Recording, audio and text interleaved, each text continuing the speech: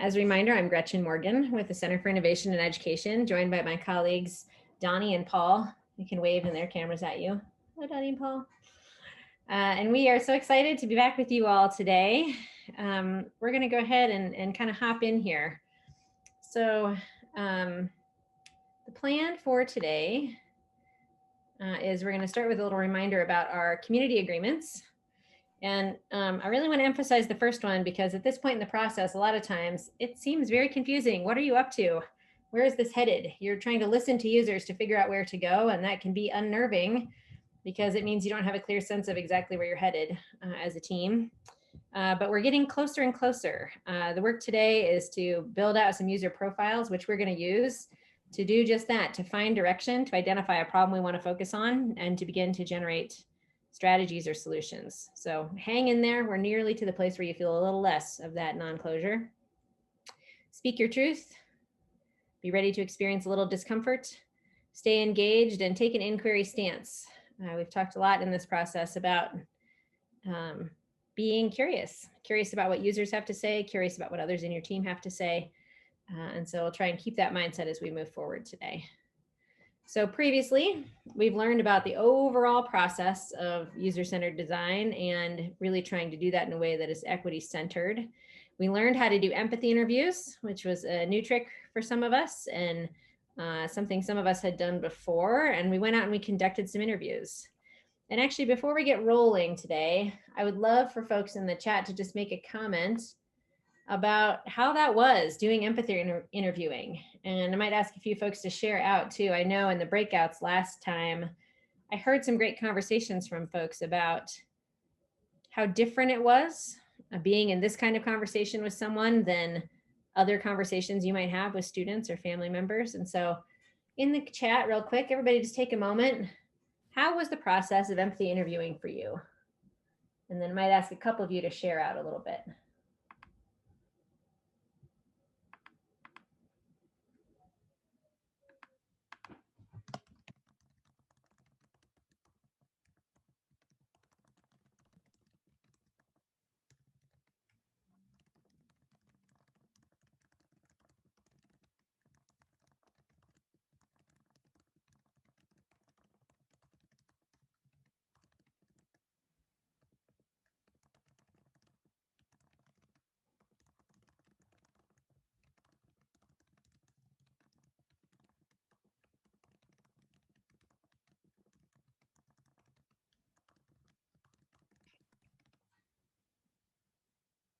Mm.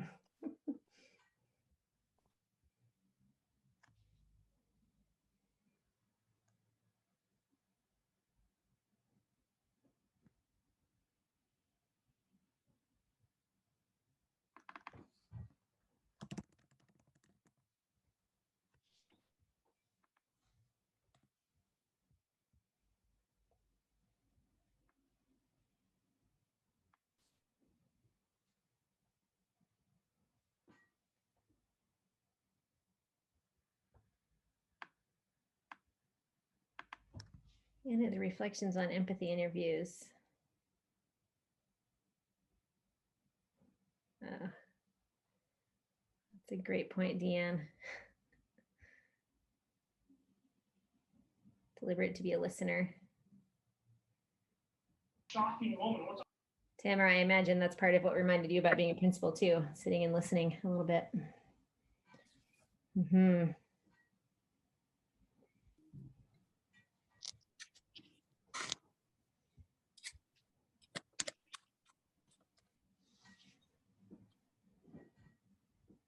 Mm-hmm.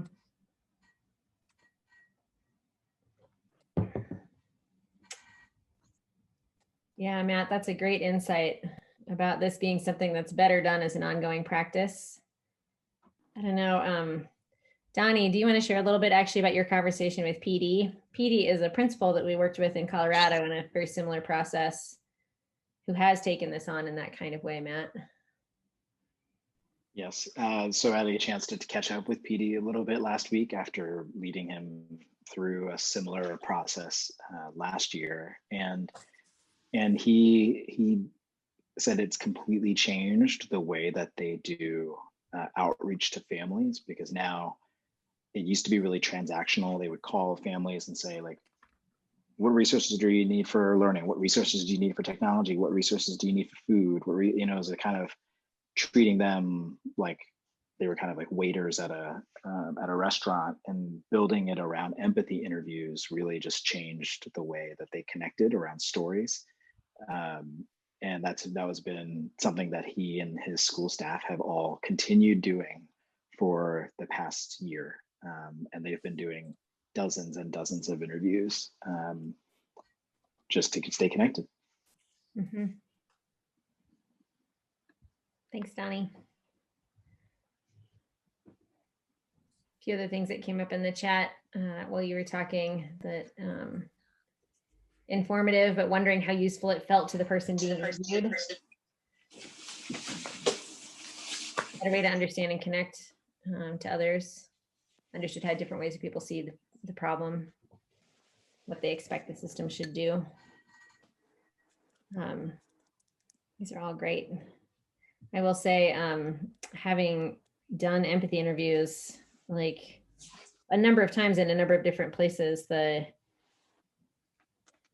it's interesting, even when I've been part of empathy interviews where the sort of goal isn't super sharp. I think especially to students, they have really enjoyed being interviewed, because so rarely do people ask them what they think for like 30 straight minutes. And it feels really like they're, someone's really interested. And so I have found kids to feel very affirmed by it, even if nothing happens after the interview. Actually, just the act of listening for a half hour is affirming and feels good. So I'll offer that. All right, well, let's move ahead. Our agenda today is we're going to take a quick peek again at the PK Alliance strategy playbook, a little reminder of what this process can build, but also strategies that might be a good fit for your users as we start to hone in today on users and the user profiles that you really want to pay attention to in your process. You might want to be thinking about, are any of these strategies a good match, or could these strategies be twisted and turned and augmented a little bit to be a good match? At CIE, we're big fans of talking about approximation and adaptation, that really good ideas rarely go from one place to another just exactly like they started. But more often, people find inspiration in someone else's idea and then look at their own context and figure out what part of it or what changes to it are going to make it make sense for them. So it's with that spirit that we'll look at the playbook again here in just a minute. We're going to build these user profiles. So you're going to be in little triads today, building those with one another. And then we're going to learn a little bit too about how to use those profiles, certainly to kind of hone in on this process, but also there are other ways you can use those over time. As you heard Donnie talking about, this has become a habit for PD and his team in terms of how they ask for input for all kinds of different processes. It's also true that user profiles can be that kind of thing. Once you create a profile and you have this profile of a parent that you really want to focus on, sometimes it's handy to just have that around and with you at the time of making decisions, to just really keep users front of mind. So there are lots of uses for user profiles. We want to make sure we tap into a little bit of that today. So I want to reconnect you to these, and I'll put the link to this in the chat, because this is just a screenshot and that's not nearly as fun. But this is a little snapshot of one of the strategies created in the PK12 Alliance. And I'm going to actually click over to it here, hoping that you guys come along with me. And just as a reminder, these were strategies generated by groups of educators and family members and community members, trying to figure out how to better support families with remote learning or disrupted learning as we were learning from the end of last spring and planning for this fall. But there are strategies that are great for lots of other things too. It doesn't have to be a pandemic response strategy. Lots of these things we think are really useful in normal times, or at least more normal times, which is where we think we're headed. So they had these strategies, including, identifying a point person for families, and it lays out here how that's helpful for learners' families and how it's helpful for and can be managed by educators, and some examples of what that would look like. Strategy 2, learning compacts, which is making some agreements together between family and school about what you're going to do to stay in touch, to stay connected, to be working together in an effort to try and make it a little easier for folks to know what they can count on and also what they're accountable for. prioritizing standards. And there's another one in here that's kind of similar to this, which both kind of lean in the direction of, if not becoming totally competency-based, at least making sure that the outcomes are really clearly identified for each piece of work, so that learners and families, when they're working with and supporting learners, can make good decisions about where they spend their time and really understand what they're supposed to be learning by digging into the work. Sometimes parents said, that they really struggled to know how to help when they weren't sure what the learning goal was. They looked at a complex problem and they were like, it could be this or this or this. And so making that learning outcome clear can really be helpful to both kids and families. Another strategy here was teaching productivity skills. I know this was a big topic of conversation for the Alliance because everyone was in remote learning for that period of time last spring. And some kids and families felt like they had a good set of these skills to rely on, and others felt like they really didn't. And that teaching kids some explicit skills about organizing their time, even organizing a calendar and managing time, were pretty important things. And lots of families were asking for help with that last spring. And so this was a strategy created in response to a lot of the family input that we heard when we interviewed families. Peer support teams is another great strategy. I don't know how many of you have adolescent kids of your own or teach adolescents, but they really prefer getting support from one another more than like getting it from any of us. And so there was a strategy generated to try and figure out how peers could be supporting one another, especially when you have peers who are maybe really strong at the kind of organizing themselves parts, but maybe need help academically, and somebody else is strong academically, but is struggling to get their calendar together. There might be some ways to make complementary pairings and put them in support groups together. And you could also put adults into those support groups as resources, not the bosses of those groups, because that would make it totally uncool again, and that would suck. But to be there when the kids decide that they have something they want some support with. So another good strategy from the community. And then we had teacher office hours, which this, I think a lot of people have made progress on figuring out ideas like this over the year, but last spring, there was lots of trouble with if teachers were managing a whole lot of synchronous online time, trying to figure out when was the time that they could be available so parents or students could call them. And so this came up actually both from listening to educators and listening to families about just how hard it was for them to connect to one another, even though they were trying so hard last spring. And so the idea was to schedule a standing time when this is what someone is available to do and can be responsive. Which again, some folks did some testing with. I know over the year, lots of good things have evolved in that direction. And then recording instruction. Lots of people are doing this now, but last spring, this was kind of a big idea of, are there ways to record instruction so that if something's happening with the kids' technology and they miss synchronous time, they have a way to still get that instruction?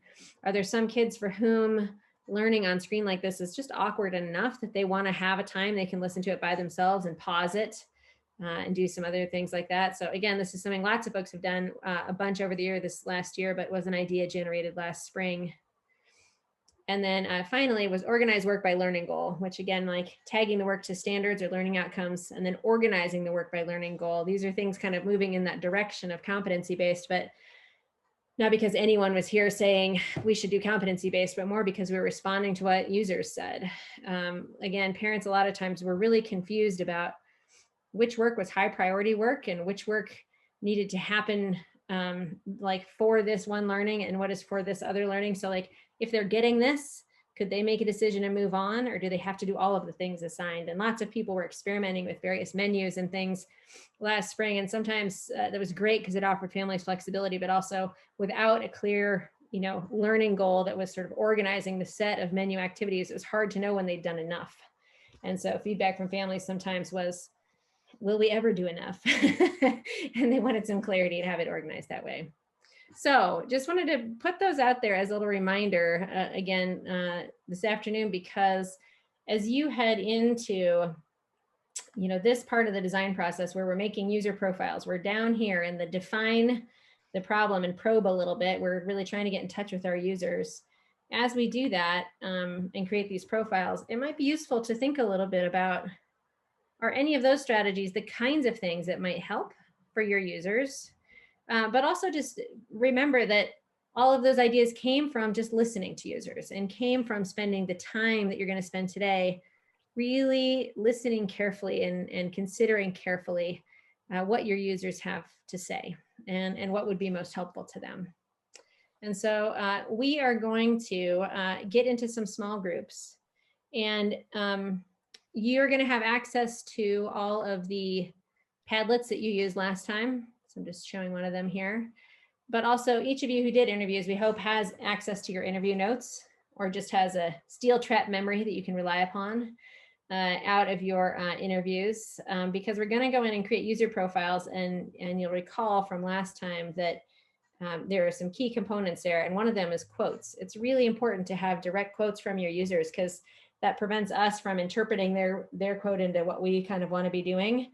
So it's important to hold on to those, and then to identify their compelling needs, and also sort of insights based on this user, things that you want to make sure you hold on to as you start generating solutions. So actually, we're going to go ahead here, and I'm going to put these all in the chat so that you guys can open up your Padlets again.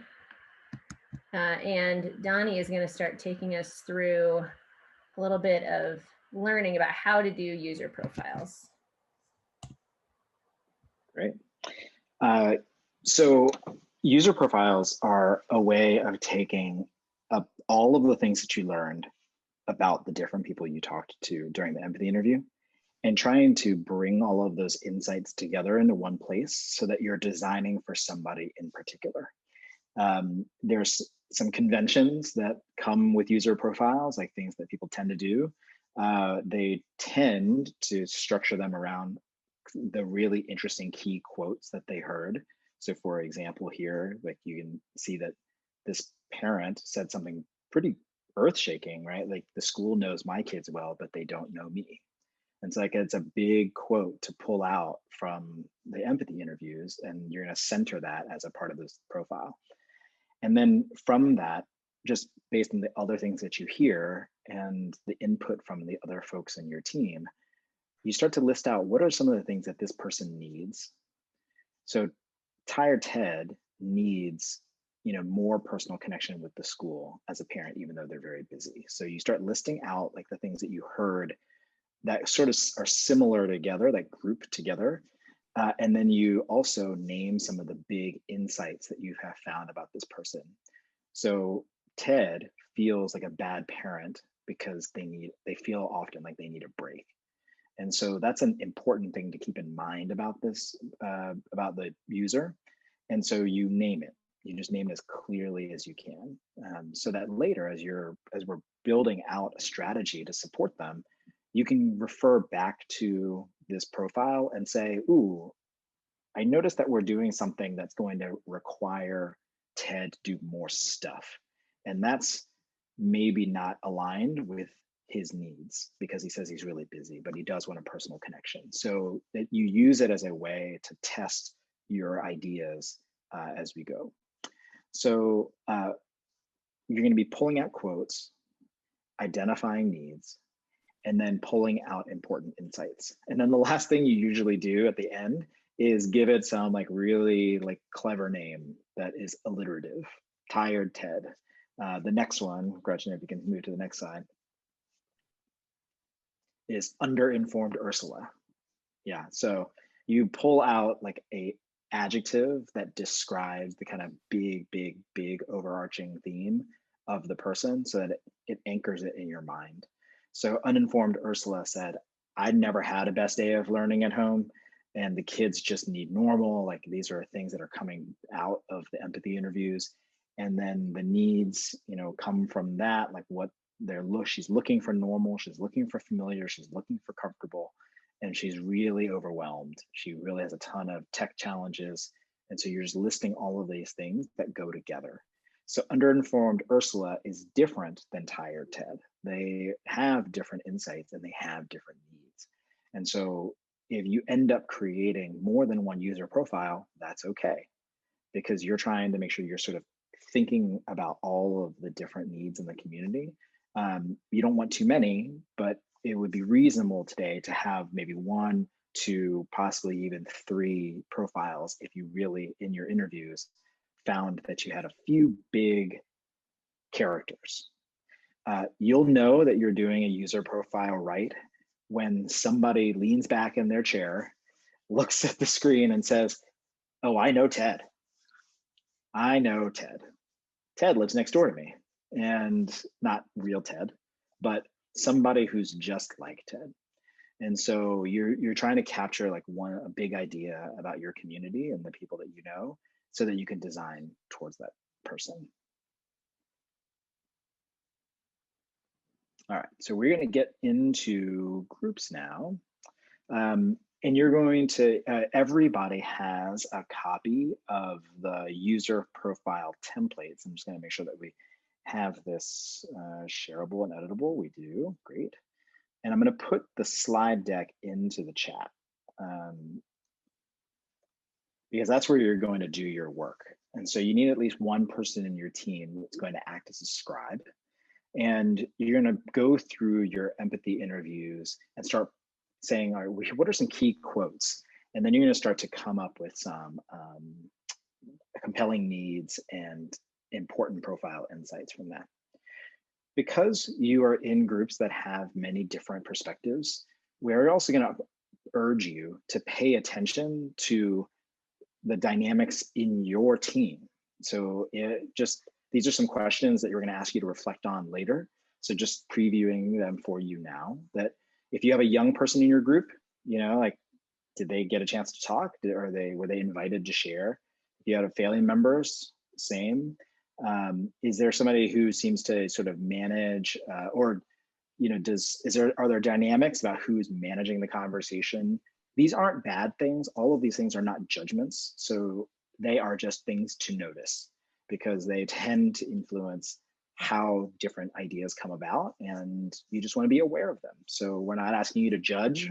We're not asking you to stop yourself from doing anything, but we're asking you to pay attention, and we're asking you to notice, because later we'll be asking you to reflect. How are we doing, Gretchen? Sorry, I had to unmute myself quickly. We're pretty good. DPI staff, I'm putting some of you into groups thinking that you might be helpful note takers for folks, so that they don't need to worry about that, and you can be good note takers.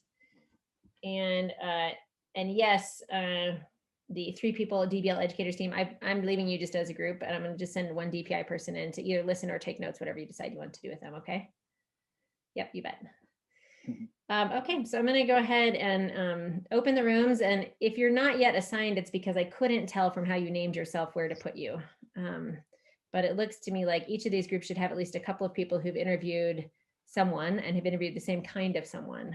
So hopefully that works out. DPI staff, if you get there and things look a little weird, come back out and talk to me, and I'll see if I can do some rearranging.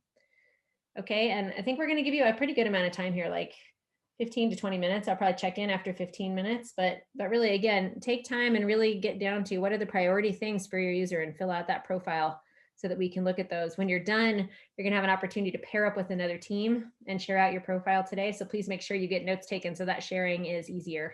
It's harder when you don't take notes, having made that mistake before. Okay, great. All right, thanks everyone, here we go. Welcome back, everybody. Welcome. Awesome. Can you go to the slide right before this one? Okay. Yeah, in a second. Awesome. Well, we have been, not that this should fill you with any sort of dread or unease, but we have been snooping in on your user profile creation, the beauty of Google Docs. So there's some really great stuff happening there, and we can really see the impact of the interviews that you've had, that you've conducted, and the insights that you've gained from people. I'll let everybody know that I actually got a text from a superintendent here in Georgia today asking me if I could share the protocol for creating user profiles, because he wanted to do it with all of his principals this week. And so this experience of thinking really carefully about a user and getting clear about what different users need and designing towards them is a really powerful practice. So hopefully this has some utility for you after, as it does for him. one of the best ways to really like test and pressure test your user profiles is by sharing it with another group and having them sort of inquire into it and ask questions about it, and you'll influence each other, which is really great and part of this kind of learning community. And so we're going to send you off in a moment into sets of triads. So we're gonna take a trio and match you up with another trio, and you're going to each take a few minutes to present your profile. So just talk through it. What did you name the profile? What were the key quotes that you pulled out? What were the compelling needs? And then what were important profile insights? And then you'll have a brief discussion to discuss similarities and differences that you see between, after you've each had a chance to present your profile. So 3 minutes for one team, 3 minutes for the other, and then 3 minutes to discuss similarities and differences. And then you'll, I'm sure, have a lot of good questions for one another, but we'll let those conversations happen in your small groups. All right, I'm just putting those directions in the chat. 3 minutes to share, 3 minutes to share, and then discuss similarities and differences across your profiles. You may have different kinds of users. So one of the differences might be you talk to families and we talk to kids, but try to really look at the insights and compare those. Even if you talk to different users, where are there some similarities in how these users are seeing things, or differences in how they're seeing things. So we're going to go out into these breakout groups for 10 minutes. And Tamara, I see you. I'll follow up with you. I'm going to ask you just to stay in the main room. When you get sent out, Tamara, just come right back real quick so I can help you sort that out, okay? All right, 10 minutes. Here we go. You know, so feel free to jump in, whoever wants to start with their profiles. Just really quick before we do, Deanne, can you remind me, did you speak, who was your interview with? Was that staff or family? The quote that I emphasized was my staff member who's also a parent. Okay, gotcha. So it's double whammy. Gotcha.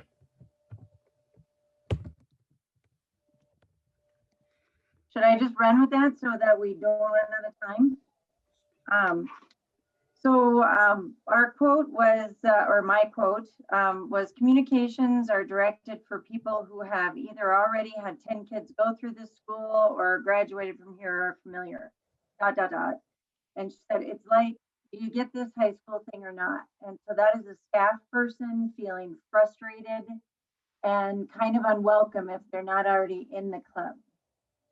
So I called her Frustrated Franny.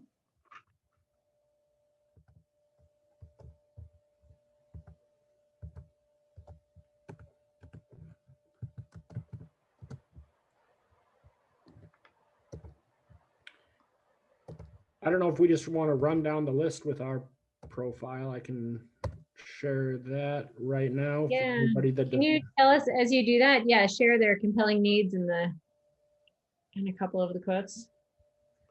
Awesome. So trying to remember who Red was. I believe that was you, Leandra. So yes, I was speaking with a mom, and it's a family that we've been building a bridge with due to their historical piece of not really trusting education or schools and things like that. And when I asked her what she wanted, she goes, I just want my children to be good humans. And then my response to her was, what does being a good human mean to you? Because she has had various dimensions to her life. So I really wanted to dig in what her version of a good human was. And we got interrupted by some behavior. So I'll be following up with this conversation as we go forward this week, but very humbled that she would be talking with me at this stage. We've worked hard to get her to this point, to get her family to this point. So looking forward to more of that. And again, just building that trust, cultivating that peace so her future children, you know, have a better start than her first one did coming to us. So. And then I don't know, Spring, I know you're kind of in a noisy spot right now. If you wanted somebody else to share what you shared in the chat with us, I don't know.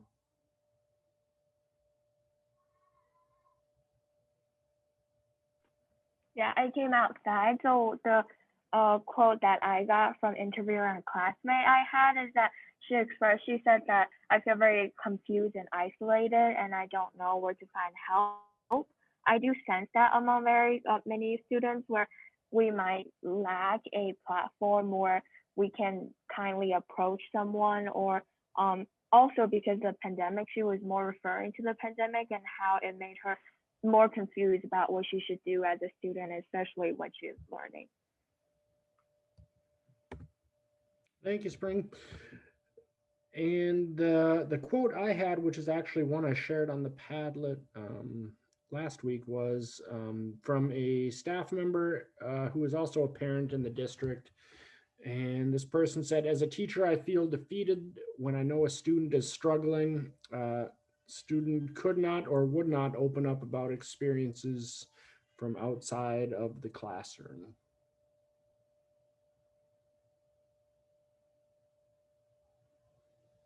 Do we want to share the compelling needs or let's see. I think so, Deanne, I would say yes. Yeah. Okay, I suppose we should allow our other triad some time here.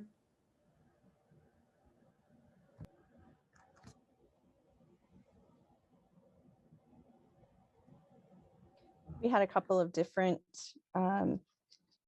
people interviewing. It was all staff member interviews though. So Lindsay and Tamara, if you want to jump in and share your information, I have it up on the screen for you, I believe. Go ahead, Lindsay.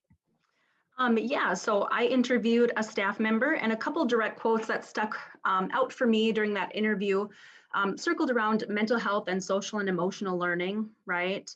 You know, the aspect of working with one family went really well because that family was being super honest and they trusted the school and the staff they were working with, right? So they could see how the mental health was playing into every aspect of their child's life, and they were welcoming the opportunity for the school to get involved. But we know that isn't always the case. So on the flip side of that, she said, you know, she struggles to work with families a lot of times because they want to protect the ones they love, right? They don't want to get outside sources involved a lot of times because they, you know, feel many emotions, right? Afraid and shame and all those things that they'll be judged.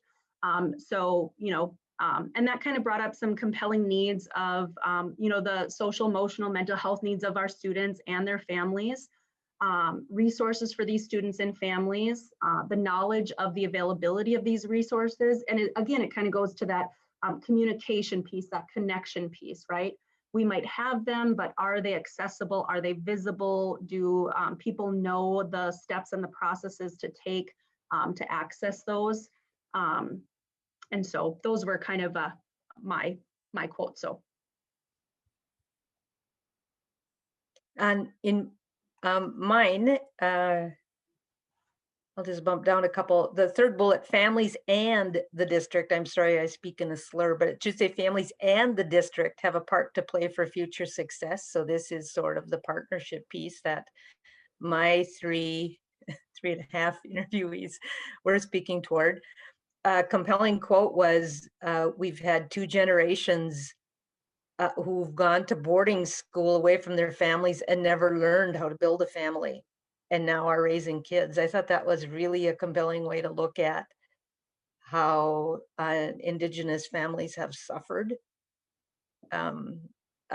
Another person that I talked with said, we have to help parents understand that fulfilling your child's school journey impacts a student's mental health, future income, and overall community.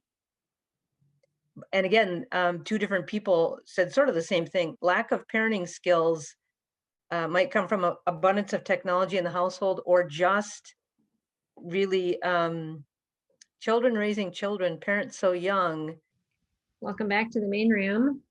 Hey, everyone. We're going to ask for just some reflections from that work time and from the ideas that got bounced around between triads. One thing that we wanted to ask about and just hear how people are thinking, how are you first feeling about your user?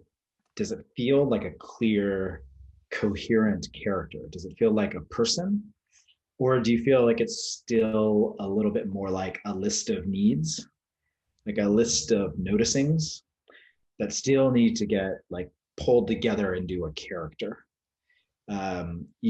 It's okay to be in either place because it's a process, but we just want to open up the floor for people to respond and sort of like, where is my character right now? Where is my user? Is it a list still needing to get shaped up? Or is it like a full-fledged like person that you could visualize? Where are people feeling about that? I feel like we're getting there. I think I still feel like it's a little disjointed and we're listing things, but I could see, now that you put it that way, I can see how we're building that entity, right? We're building that cohesive part of what this is supposed to actually do. So that actually gives me a nice framework to put the pieces together as a human, and what does the community want as one. Mm-hmm. Thank you. That's a really awesome reflection. Thank you. I'm seeing in the chat here, the things we discuss suggest to me that we are in the midst of a paradigm shift. Wow. Nikki, dropping bombs in the chat. I love it. Can you say more? Well, because as I'm listening to people, I didn't have the opportunity to get interviews done, but as I'm listening to people who did get the opportunity, I think we need to step back and look at our education system completely differently. And we have for some time. I think this just reinforces that to me, because we're talking about the whole child. We're talking about supporting the family. We're talking about improving communication. All of those different pieces. It's no longer get up in the morning, take your kid to school, pray they learn something, get them home and take them to basketball. I mean, it's more involved, it's more different. And that's why I said in my group, I said, my head is spinning thinking of solutions, fixes. How can we make a difference? How can we work towards, I hate to say fixing these things, but working with these things. It blows my mind. And like Tamara had said, that there was a quote about that we're caring for the whole child and we care about those that we love and things like that. School isn't just about going to learn a skill. And I think those of us that are deeply involved in it know that. But I think when you run up against a wall like this, where we're coming up with the same types of, we need to look at emotional, we need social emotional health, we need to look at school counselors. That's been a trending theme for some time. We need to do things differently. We just need to change. Yeah. And so how are we going to make that work? And we've got a lot of people who, school always is what school always was. You send your kid to school to learn things and they come home, and that isn't all of it anymore. I just went more to problem solving. How do we fix this? What do we do? Where do we go from here? That's what a beautiful reflection about the power of this process. Just stepping into a space of inquiring about what people say they need and want, and holding ourselves in that and saying, well, wait, I know what I'm used to solving for, but what is this person really expressing as their needs? What are they saying gives them anxiety? What are they saying keeps them up at night? And I would encourage us all to hold in that space, because if we rush too fast into solutions, we'll create the solutions for the way that we see the problem. But we need to really clearly define how the user experiences the problem, which is a really different thing. And I think anybody who missed out this year on, I mean, I live here in Atlanta, Georgia. Proms were very different this year. The rituals of high school were really different this year. And we're about to enter graduation season. And I think everybody's realizing now that school plays a really important role in a number of parts of our lives. And we are, I think, asking important questions about what is the problem that we're truly trying to solve here? And how can we orient around that? I want to offer one like tiny reassurance to you too. If you're I know those moments where you're like, oh my gosh, the paradigm is shifting around me. Those can be quite uncomfortable, especially if you feel like I want to solve all of it. Another thing that I have learned from being in these processes is that by learning how to do this, by learning to be in a responsive relationship with users and using empathy processes to do that, it's okay to start with something actually pretty small and then work with your users and see what that yields, right? Like you don't have to fix it all at once, but what's the one part of it that you could try something a little bit differently and your families or your kids would be interested in you trying that small thing a little bit differently. And then what can you learn from that? And it might be what you learn from that helps you know what to do with this other part of the problem, and that it can go on and on like that. But the sort of foundation you're building of beginning to work together in this way is actually the foundation of the better thing that's coming. You're just going to build it bit by bit. So take a deep breath. Yeah. Don't have to solve it all today. Just have to keep working together. Yeah, and I would say the next step of all that is to continue, as Leandra noted, like to continue to sort of shape your user profile. Yeah. Mm-hmm. Because getting clear on who that is, I know it sounds really fluffy, but getting a real sense of who that person is mm-hmm. Will help you make sure that you're seeing the problem from their point of view. Mm-hmm. And so that'll be something that we would urge you to continue to work on. Yeah. Thanks everybody for sharing. And just quickly before we wrap today, we said to you earlier in the agenda that we wanted to pause at the end of today and reflect a little bit on how the dynamics went inside our groups. Not because there's a right answer about how they're supposed to go, but just because paying attention to how it goes helps us do a better and better job. And so we have created a single question survey. I'm going to put it in the chat here. That we would like each of you just to take a couple of minutes to respond to. It's totally anonymous. And the plan for this is just that we are going to share out some themes that we hear in your responses at the beginning of our call on Thursday to just help us all keep front of mind how we want to be working together. And back to what we were just talking about, paradigm change can happen because the way we work together changes. That can actually be a very solid and sustaining beginning to that kind of paradigm change. And so we wanted to ask you, how did it go today working together in your team? So if you would all pop into that survey and write us a quick response, we'd love to hear that. I think between now and Thursday, if anyone has any time to work on anything, even individually, it would just be taking a look at those profiles and seeing, do you start to see someone emerging in there? And feel free to make note right on the slide about what you're seeing, or go into another slide and start messing around with another profile, whatever you want to do, whatever's helpful. On Thursday, we're going to begin back in teams with those profiles. So like the Fargo team, you're going to be back all together. And you're going to try and decide, who do you want to focus on? And how clear a vision can you get of that profile? And sure, Ganesh, we can share that again. Donnie, can you grab the link to the deck? Mm-hmm. And pop it in there. Oh. Great.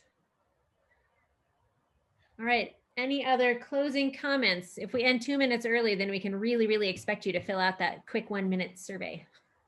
Yeah, I'm just going to say that I was really impressed by how folks reflected on what they were hearing during their interviews, and in particular, the group that Nikki was speaking to. That group really focused on the whole child and the SEL and other issues